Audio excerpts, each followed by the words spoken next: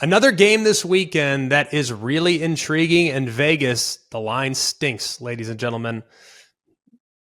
The Oregon Ducks, 81 points. They averaged 6.2 points per drive. That was the best in all of college football last week. And to take it one step further, it was the best we've seen in a season opener in 20 years.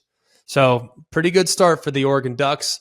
They're playing against the Texas Tech Red Raiders, which got out to a 17-point lead against Wyoming, and then everything seemed to fall apart as the game went along. It's line 6.5. Texas Tech's a home dog at 6.5. Everyone and their brothers on Oregon. I'm going to tell you why Texas Tech keeps it close. I think they will keep it close. I think Oregon ultimately wins the game, but I think it's going to be by a nail-biter there and a photo finish at the very end. Here's the keys to victory. Self-inflicted mistakes last week absolutely crushed Texas Tech. Crushed them. Interception, just bad turnovers, just not good.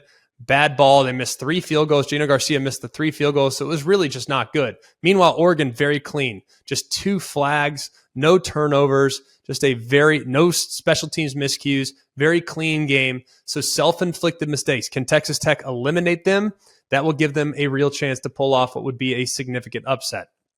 The next aspect of it.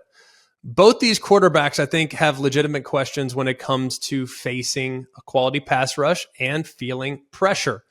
Bo Nix at Auburn felt pressure, didn't always play great. So far in his time at Oregon, he's barely been breathed on. The guy has been back there, has a clean pocket. I think both offensive coordinators, obviously one game into the Stein era, but looking at what he did with Kenny Dillingham last year, they did a really good job of kind of moving him and allowing some time. And I thought the offensive line played beautifully at times last year. This is a guy that's been sacked 5 times since he stepped on campus in Eugene. That's remarkable. But if Texas Tech can apply some pressure, maybe he reverts back to his old ways. I think he's matured, but something worth noting for sure. Not a lot of teams have pressured him. Can Texas Tech? That's a big question mark. And then Tyler Shuck, on the other hand, really, all off season, you hear about how he's progressed, how he's just cutting it loose, how he's feeling more comfortable, how he's feeling more willing to just deliver. Well, last week, looked a little bit more nervous in the pocket. I thought he kind of got back into some of those anxious tendencies where things aren't there, and he kind of just looked a little panicked. He needs to make sure that he stays poised, he stays calm, he stays collected, because Oregon clearly is a group that can get after the quarterback. Texas Tech, next key. Texas Tech has to stop the run.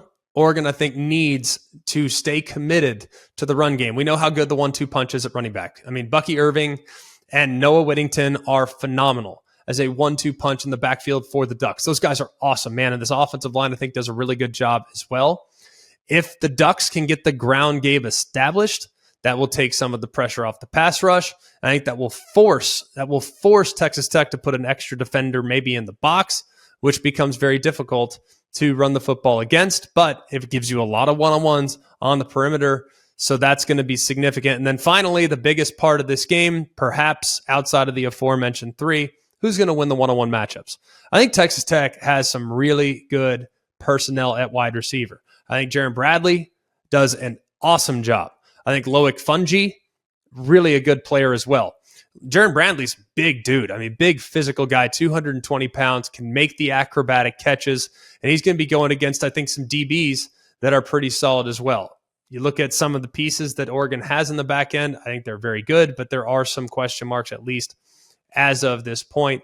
Oregon has some big athletic corners, but we haven't really seen them get tested just yet. So this will be the first real opportunity to evaluate exactly what they have on the perimeter defensively. And then for Oregon, I referenced if they can run the ball, guess what? Texas Tech brings an extra safety into the box.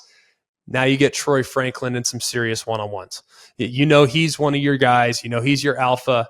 You got to find ways to get him involved. You got to find ways to find space for him. He's got a big physical corner that he's likely to be drawing against Texas Tech, but he's got great speed and can get behind the defense in a heartbeat, especially if those safeties start cluing in to what's going on in the run game. I lean Oregon, but I expect this game to be very close. I expect a big bounce-back performance from Texas Tech.